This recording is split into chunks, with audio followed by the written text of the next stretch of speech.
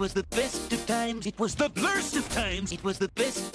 It was the best. It was the best of times. It was the blurst of times. It was the best. You stupid monkey.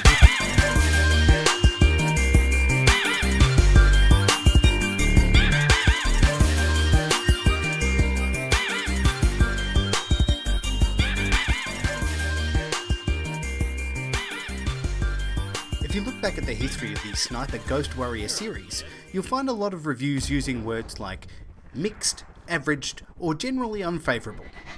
Perhaps this should be a byline for the latest in the series, Sniper Ghost Warrior Contracts. One of the first things you'll notice when you download this game or install it from disk is that it's only 11 gigabytes to install. This is shockingly small for a AAA title. Not that there's anything wrong with small file sizes, it's actually quite impressive what they've been able to wrangle out of it.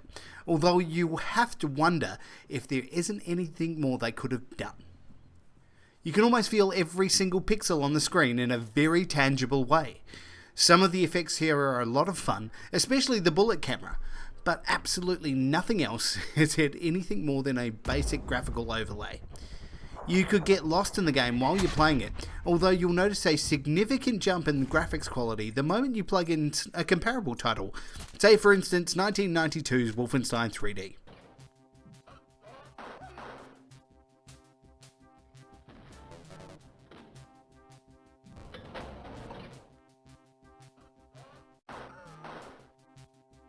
It feels a little bit like a game that was made for your mobile phone, with the responsiveness during gameplay and sensibility to boot. It actually seems like it would have been an amazing title to play on the Switch, but for some inexplicable reason, it's only coming out on Xbox One, PS4 and PC. Now, while we may be in store for future upgrades, there are some titles with day one patches bigger than the core of this entire game.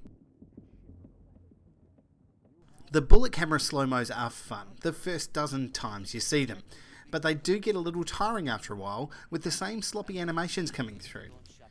It's something that's been done before in just about every sniping game since Moses was at the firing range, but it's just not as fun here. There's no explosive gunfire or the visceral impact that you would experience in a game like Sniper Elite. You'll see every single pixel on screen in the moments your bullet makes impact. You absolutely also have the time available to count them if you want, when the game slows down to process the images. In Ghost Warrior Contracts, you'll be tasked with no less than 5 different contracts per level, ranging from assassinations to the hacking of computers and the stealing of certain items. The harder the task, the bigger the rewards, and yes, there's even a reward for sneaking through the entire mission and only killing your main target. Now, I'll see you in 3 weeks at the first annual Snooze Convention. Honestly, what's the point of a sniper game where you don't get any joy in taking out everybody on the map? And speaking of the map, they are very large map areas, and they're each quite interesting and unique. You'll get a chance to try out a number of different approaches to each of the mission tasks, and as fun as the open world approach can be, navigating your way around can be a frustration. The mini-map options and the pause menu map aren't super clear and can have up to 20 different unique identifiers, which may as well be hieroglyphs for all the good they'll do you. Even Indiana Jones would have a tough time working his way through these ones. Look, there's fun to be had in the planning and execution of each of the combat areas. You get to scope out the enemy soldiers, line up your shots, work out the angles, find the best perch and work your way through your assault plan. It's a patient process which can be sped up by interrogating soldiers and finding out the locations of their comrades, which makes life easier but comes with the increased risk of raising the alarms, which absolutely will not stop until you or everybody else in the base is down for the count. Look, it does feel a little lazy, and I will say that the movement between your sniper perches in different map areas is mixed, average, and generally unfavourable. It would be like playing Mirror's Edge, except the main character is your nana.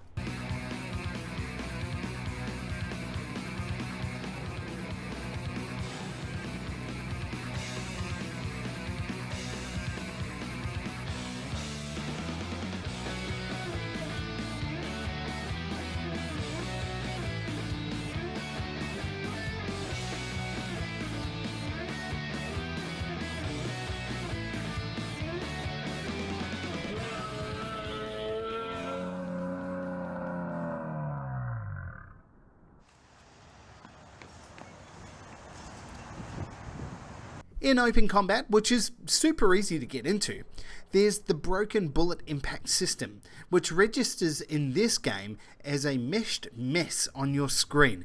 It limits your ability to actually identify which direction your attacks are coming from, not to mention making it hard to tell if the bullets are actually hitting you at all. Also, don't get caught in open combat. It's just no fun. Baddies will seem to continuously arrive or spawn like they were hiding in boxes that you almost definitely didn't know were there before the alarm started going off. The easiest way of dealing with this is to run and hide and come back in 2 minutes when the heat dies down. Now, weapons. You do get to upgrade your weapons. But I will say the upgradability of your weapons and gear is mixed, average, and generally unfavourable. There are a number of different options for your core weapons and supporting equipment. It helps to personalise the experience for you, although the options will be strictly limited to making sure you have the biggest possible silencer attached to all of your guns. You can absolutely go in loud, but that's not for this game. You'll also make upgrades to your main character and his equipment through the fulfilment of your said contracts. They'll offer different forms of currency, which you'll need to make yourself a more complete killing machine. Overall, you could be excused from thinking this game was Hitman's poor cousin. For better or worse, the comparisons are aggressively in your face.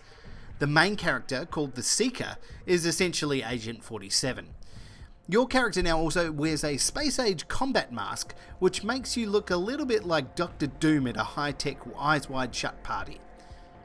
The voice in your ear is called the Handler, and is a poor replacement for Diana.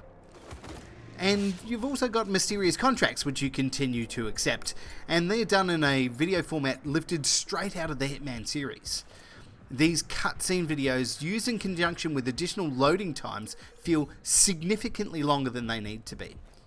You'll have to watch every mission cutscene every single time you go into or out of a level. Now, these are non-skippable and will get more than a little tiring the second or third time you watch them. Sniper Ghost Warrior Contracts is a game that could have done with a significant graphical uplift. Considering the excellent looking games on the market right now, taking the step back to something like this leaves you with a mixed average or generally unfavourable feeling.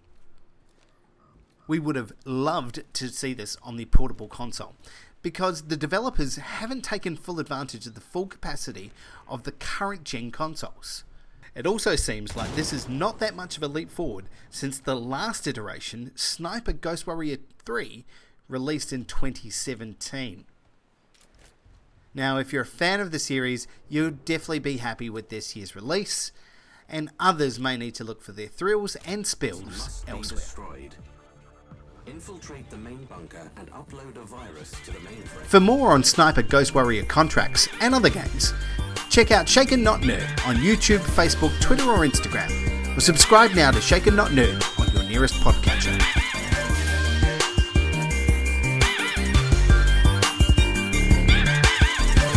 Sure, I'm glad or maybe even a little curious.